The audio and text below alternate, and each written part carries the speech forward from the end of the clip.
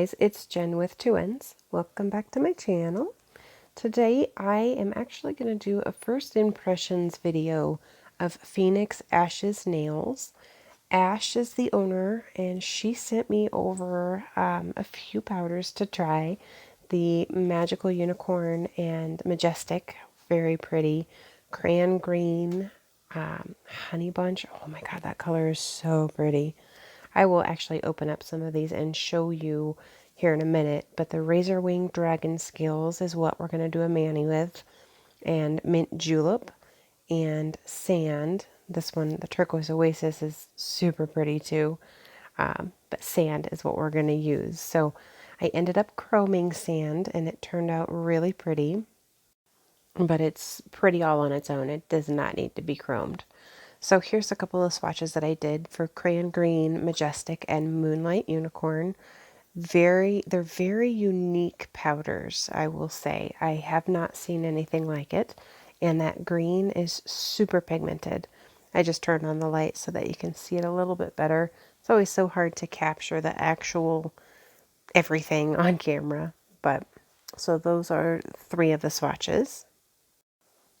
And then I have Turquoise Oasis and Honey Bunch. Honey Bunch, I cannot capture it on camera, but it is it's a shimmer. It has a shimmer and it's a gold color. Very, very pretty. And the Turquoise Oasis has some black in it. And then these three are what we actually are doing the mani with. The Razorwing Dragon Scales, Sand, and Mint Julep. They're very, very pretty colors. All of these powders, I was super, super impressed. Razorwing Dragon Skills has some chunky glitter pieces in it and also some smaller glitter pieces.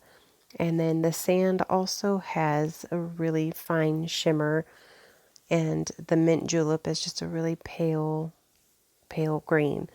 So here's where I chromed it. You can see the difference. The chrome is obviously on the right hand side. But like I said, the Sand is pretty all on its own. It really did not need to be chromed, but I thought it would be cool. So Jenn 10 will save you 10% at Phoenix Ash's Nails. It's JENN10, Jenn with two N's, of course. But to get started, of course, we're going to start with our peel base. I am going to use Fairy Glamor's liquids, Fairy Glow, Fairy Glamour. I'm also going to use Fairy Glamor's clear powder and their gel top coat for my chrome.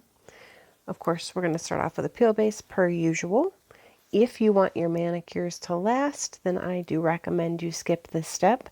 However, if you want to switch them out as often as I do, which is definitely a lot, peel base is amazing. I don't do a manicure without it because I refuse to soak my nails in acetone anymore. And you do want to make sure that your peel base is completely dry before you start dipping. If it's not completely dry, then your peel base will not work.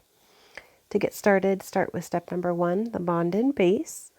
And we are going to start with Mint Julep. I had a major mistake and I accidentally started with my index finger and I had to completely remove it because I had not intended on doing Mint Julep on my index finger. So I had another mistake where I thought it would be a great idea to pour all of the powder into my cupcake liner and dip it from there. Hindsight is 20/20. It just didn't work out so well. The powder just wasn't thick enough for me to be able to dip in the cupcake liner. So do as I say, not as I do, and keep the powder in your jar when you go to dip it. There are, of course, times when it makes sense to dump the powder into a cupcake liner, but this was not one of those times. So, okay, so anyways, to start, we're going to start with the middle finger with a very thin layer of base coat. The thinner the better. If you have too thick of liquid, it's not going to dry properly and your powder is going to become too thick and it's going to be clumpy and you're going to spend a lot of time filing. And you also risk your cuticles becoming flooded. If you have too much liquid, then you'll get too much powder and it won't work very well. So here is where you can see me trying to dip my finger into the cupcake liner with all of the powder. When I say it wasn't thick enough, what I mean is there just wasn't enough of the powder for me to be able to dip my finger in. My finger was touching the bottom, so you definitely don't want that to happen. When you dip your finger into the powder, you want it just to be in the powder. If it touches anything else, then your powder can get ruined. So after you are done dipping your finger, then of course take your toothpick or an orange wood stick or something to clean up the edges of your cuticles. Just get any extra product that was on your skin, or even if it wasn't on your skin, just outline your cuticle. This is going to make very clean, crisp cuticle lines, and that makes all the difference in the world when you are trying to have a good looking mani. After you clean up the edges of your cuticles, then take your brush and dust off the excess powder and get it all off. And if you have to go back in with an orange stick or toothpick like I did, then do that. Here is where I decided that it was no good and I was going to, I was just going to dip my finger in the powder like normal. On that note, though, I do like using cupcake liners to keep my jars in. It just helps to contain the mess. It's definitely much easier. Any extra powder that falls, I can also save it. I can always pour it back into the jar. So always make sure that you wipe your brush on a napkin or a paper towel after your brush has touched product before you put it back into the bottle. And I'm going in for my second coat right now. I did 2 coats on each nail. It's funny, is it 2 coats or 2 layers? If we're painting our nails, we call it a coat, but technically we're doing a second layer.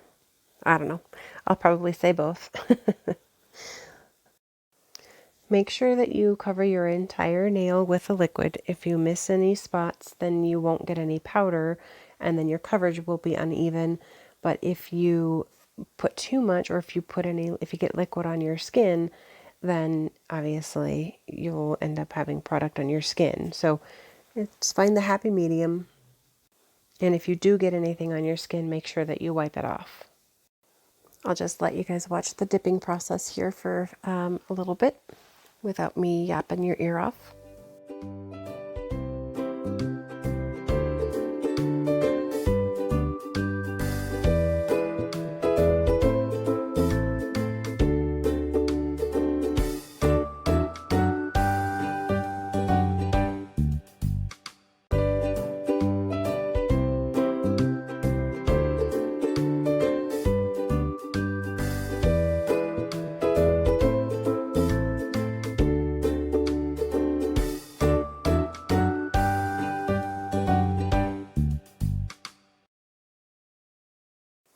Okay, so I fast forwarded up to the second layer of my thumb because I wanted to show you my... Okay, let me back up. The reason that I poured all of the powder into the cupcake was because the cupcake liner was because I thought it would be easier to dip my nails instead of in the little jar. I was wrong, so I poured it back into the jar. Well, my thumb does not fit into this jar, but I couldn't dip it in the cupcake liner, so I wanted to show you what I did. I actually did the pour over method. If you are familiar with the pour over method, well then you don't need to watch this. But if you have never done the pour over method, or if you don't know what it is, then this is for you. So you just do the same thing. You just put the base coat over your whole nail. If you get it on your skin, wipe it off. And then instead of dipping your nail, you actually are going to just pour over the powder.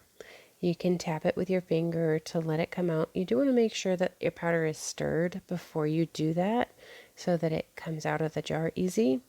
But you just tap it and pour it over your thumb or over your nail, whatever nail you're doing it to. Pretty easy.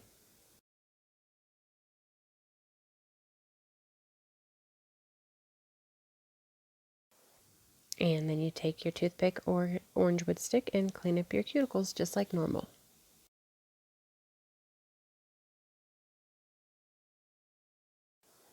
And then I went through and I just dusted all of my nails, made sure that I got all of the excess powder off before moving on to the next step. And the next step is the Razorwing Dragon Scales. So this is a chunky glitter. I always like to make sure I stir my powders before I shake my powders before I open them. I know it's probably super hard to see, but this is such a cool color.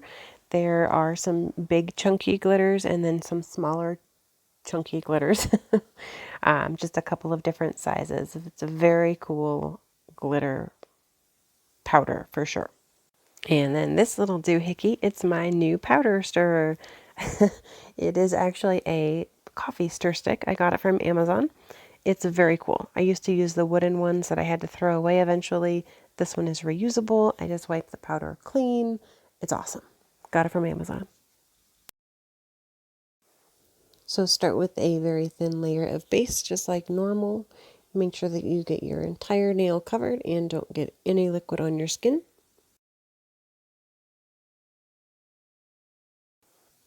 And if you do, make sure that you wipe it off. Just before you dip your finger in there, make sure that you tap the jar so that you can get those bigger pieces of glitter up to the top. And then you just place your finger right on top. You want to do it gently so that you can get some of those bigger pieces. Otherwise, you might just end up with regular powder or glitter or clear powder, whatever kind of powder it is. If that is the case, of course, you can always do a second layer and get some of those bigger pieces, or you can always lay them on individually. For the second layer, I decided to pour the jar of powder into a cupcake liner and dip my finger that way. Of course, you want to make sure that you tap it or move it around so that you can get those bigger chunks up to the top. So you can see there where I have the chunky glitters up on the top. It makes it easier for when you do go to place your finger into the powder, you know where to put it. It's kind of like a map. So just dip your finger right where you have those big pieces. I fast forwarded some of this video because in the interest of time, I didn't want to put out an hour-long video. So if it looks like I'm going super fast, I am, but not really. It's just fast forwarded. Not fast forwarded, whatever you call it. The speed is doubled. And then this little trick, the baggy trick, I did not need to do it for the first layer, but that's because I didn't have any issues with my chunky glitters. But it is very helpful to get those bigger chunks to lay flat. So if you need to use it, then use it. Then after you are happy with however many layers you have on there, you always want to encapsulate your glitter with clear. I am using Fairy Glamor's clear powder. You do the same thing. You just start with the base coat and then you dip your finger into the clear. It really just helps to protect your glitter pieces as you're filing or buffing. It also helps to give a more smooth feel and look. It just protects everything all around. So clean up your cuticle and then dust off the excess powder, of course. I do like to also clean up my work area as I move along. For me, it just makes me, I don't know, I feel like I can do better nails that way. And cupcake liners are awesome for that. It's a real quick cleanup. You just dump it back in the jar and you're done. And now we are going to move on to the chroming section of the video. Sand is such an awesome color. It's beautiful. It's beautiful all on its own. I didn't need to chrome it, but I thought it looked cool. I turned off the light here so that you can see the true color. It's definitely a brown. Sand is a great name for it. It's like the sand dunes, but there is a shimmer to it. It's absolutely gorgeous. I want to take the time right now to tell you guys I dropped the entire jar of sand while I was filming this.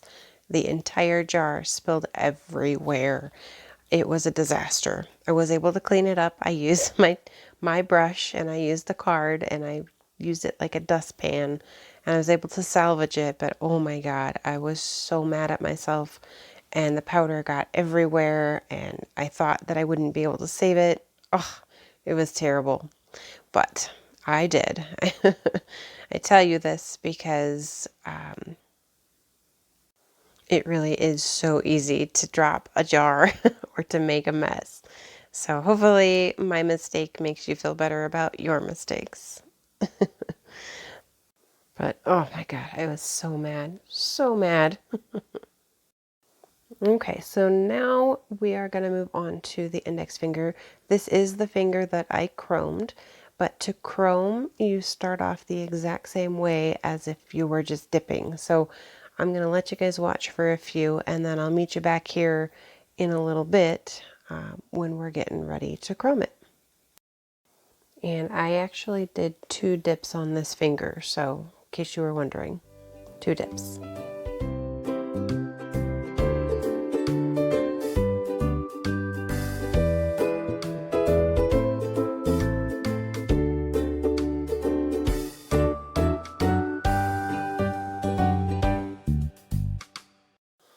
Alrighty, so once I was done with the sand, getting the sand on there, then I encapsulated the mint julep with the clear because we already encapsulated my ring finger, so now it's time to do the rest of them. I didn't record it because it's pretty simple. Just do clear powder over the mint julep. And then it was time for the activator. You want to make sure to activate all of the nails, including your index finger, because like I mentioned, even though we're going to chrome this nail, we have to do all of the steps that we would normally do for dipping. So make sure that you activate all of your nails. Use enough activator that you drench your nails. If you don't use enough, then your nails won't harden properly. So make sure that you are pretty generous with your activator. Then you want to make sure you let it dry for long enough before you go in with the file. Usually about 2 minutes is good.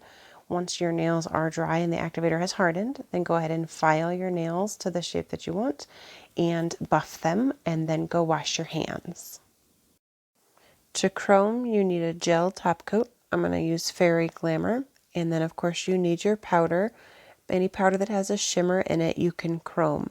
And then you need either a makeup sponge or an eyeshadow brush that has kind of the sponge end. You want to start with your gel top coat and make sure that your nail is completely smooth before you do this.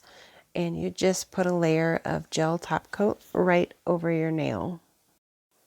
You don't want to make the coat too thick, but you also don't want to make it too thin. So just put a nice normal layer, nice normal coat of gel top coat over your nail. You will need a light to cure the gel top coat. So if you want to chrome, then make sure you have a light. I got my light from Amazon. It was like 10 bucks, I think. So it does the trick. You don't need to spend a whole lot of money on it, but you do need a curing light. Make sure if you get any top coat on your skin that you wipe it off, because it will harden on your skin and then it just doesn't look that great. You can file it off, of course. Everything is fixable, but you don't want to fix it if you don't have to. So the next step after putting on the top coat is you need to flash cure it. For me, mine takes 9 seconds. If I do anything longer, then it won't work. Anything shorter, it won't work. After you flash cure it, then you can either dip your whole nail into the jar. I find that to be helpful. Or you can just dip your sponge into the jar and rub it on your nail. But you just want to rub with your sponge and just shine it until it starts to chrome. You can rub too hard. What I found, if the gel isn't cured the right amount of time, then if you're rubbing it, you'll start to rub the gel off. If that happens, then you didn't cure it for the right amount of time. And every light and every gel top coat has a different time, so you might need to mess around with it at first to see what your light needs and to see what your gel top coat needs. Like I said, mine takes 9 seconds. And then once you are finished chroming it and you like the way it looks, then just take your dust brush and brush off any excess powder if there is any. And then you want to go in and do an actual layer of top coat. Because we just flash cured it, it's not completely dry. You want to make sure that you protect it with your top coat and then make it shiny. and then cure it for the full amount of time. Make sure that you read the curing times on both your gel top coat and on your light, because they all require different times. Just make sure you know what your stuff needs. Very important that you cap your free edge. By capping your free edge, then you're protecting your design and you're protecting your nail so that moisture doesn't get into it. And then the very last and final step is showing your cuticles some love. If you've been with me for any amount of time, you know that I will always tell you to make sure that you drench those bad boys in cuticle oil. You need to put cuticle oil on your cuticles because a healthy cuticle is healthy nails. So there we have it. What do you guys think? If you want to give Phoenix Ashes nails a try, don't forget to use code JEN10 to save 10%. Of course, that's Jen with 2 N's. My final verdict is yes, absolutely, definitely, positively. Give Phoenix Ashes nails a try. You will not regret it. Her powders are super easy to work with, very, very fine, very pigmented, and extremely unique. If you are looking for something that's not just the normal run-of-the-mill powders, you will love them. Thank you guys so much for watching. Be sure to hit the like button below and subscribe to my channel. Thanks, guys. See you next time.